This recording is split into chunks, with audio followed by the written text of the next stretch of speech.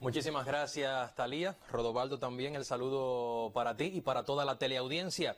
Lo vivido esta mañana en La Habana, a lo largo del Malecón y hasta el Torreón de la Chorrera, es lo que me gusta llamar un suceso que enamora. Y también se ha enamorado el mundo. La campaña internacional definida como Puentes de Amor, que busca ponerle fin al bloqueo estadounidense contra nuestro país, no es otra cosa que la apuesta de un grupo cada vez más numeroso de personas por levantar las presiones económicas con que Washington daña no al gobierno de Cuba, como quieren hacer ver, sino a la familia cubana. La iniciativa constituye un reclamo para que el presidente Joe Biden derogue las sanciones, levante el bloqueo, reabra la embajada de Estados Unidos en La Habana y restaure el programa de reunificación familiar, entre otras acciones. Y claro que las expresiones de respaldo se han viralizado al punto de que este fin de semana retumbaran en más de 50 naciones, desde Argentina hasta Canadá, desde Uruguay hasta Washington, D.C., pasando por Suecia, Italia, Francia, Rusia, países en África y Asia y muchos más. El presidente cubano, Miguel Díaz-Canel Bermúdez, agradeció en su perfil de Twitter a los compatriotas en la emigración y amigos de todas las nacionalidades porque la pelea por lo justo nos une, mientras el canciller Bruno Rodríguez señaló que el reclamo para tender puentes de amor y la demanda de no más bloqueo es universal. Fíjense si es así, que desde Canadá, Yuri Pedraza, presidente de la comunidad cubana en esa nación, dijo que está contra el bloqueo porque es la manera más genocida que hay de atacar a un pueblo, es la manera más destructiva para una familia, es la manera más hipócrita de intentar derrocar un sistema. Ante esas evidencias de solidaridad con Cuba, ya me extrañaba a mí que la convocatoria no calara entonces en el alma cubana, tan dada a la respuesta unida, en masa, aunque esa masa estuviera ataviada hoy con nasobucos para defenderse de la COVID-19. Pero sobre todo para defender a la patria, que durante casi 6 décadas ha sido cercada por un bloqueo criminal que no es cuento de camino, ni es teque, ni es una película, como algunos dicen. Lo que sí parece ficción, pero no lo es el memorándum secreto desclasificado en 1991 que el entonces subsecretario de Estado para Asuntos Interamericanos, Lester Mallory, envió a la Casa Blanca en 1960, señalando que la mayoría de los cubanos apoyan a Castro. No hay una oposición política efectiva. La única forma posible de hacer que el gobierno pierda apoyo interno es provocando la decepción y el desánimo a través de la insatisfacción y penurias económicas. En septiembre de 1961, el Congreso de Estados Unidos prohibió todo tipo de asistencia al gobierno de Cuba y autorizó al presidente estadounidense a establecer y mantener un embargo total sobre todo el comercio entre los dos países. Embargo, para mí, es bloqueo. La medida ha sido acatada sucesivamente por cada administración de ese país, se codificó luego con nuevas leyes, estoy pensando en la Torricelli y en la Helms-Burton, por ejemplo, y luego Donald Trump se encargó de recrudecerlo años después con toda la agresividad de que fue capaz. El informe presentado por Cuba el pasado año ante Naciones Unidas señala que las pérdidas para nuestro país ascienden a un total de 144.413 millones de dólares.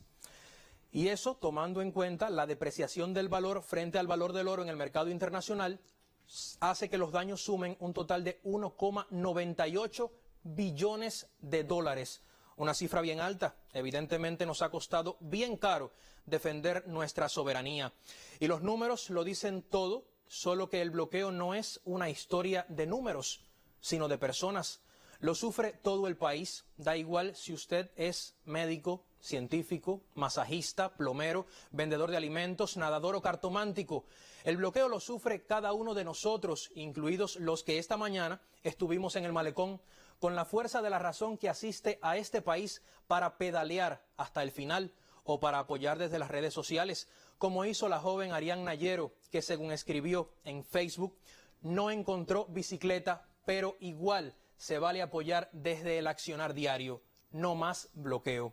Y qué bueno que sea así, porque el bloqueo, más que una cuestión de gobiernos, es un tema del pueblo. Es cosa de familia. Y lo entiendo así porque lo mismo mis padres que yo, y mi hijo también, nacimos en un país bloqueado. Y es como si fuera un sino, una especie de letra escarlata o de maldición, por defender autodeterminación, orgullo nacional y dignidad. a cualquier precio. Miren amigos, a mí me gusta hablar con apego a la verdad, los que me conocen lo saben. Hoy hay quienes aseguran que el bloqueo es una justificación para encubrir las ineficiencias en la gestión del gobierno cubano. Y yo no me atrevería a juzgar a quien dirige un país con las manos atadas, apelando a las reservas, haciendo murumacas para que no nos asfixie tanto odio imperialista. Un país que ha tenido que comprar combustible fuera de radares porque las navieras son perseguidas y sancionadas por ayudarnos. Y con esto no estoy justificando a nadie. Es cierto que a este país lo dañan a sí mismo la ineficiencia empresarial, las trabas burocráticas, las mentalidades que frenan en lugar de impulsar y muchas otras cosas. Esas son otras batallas que libran hoy el Estado y el gobierno cubanos que a la par guapean contra una política de aislamiento que quiere borrarnos del mapa.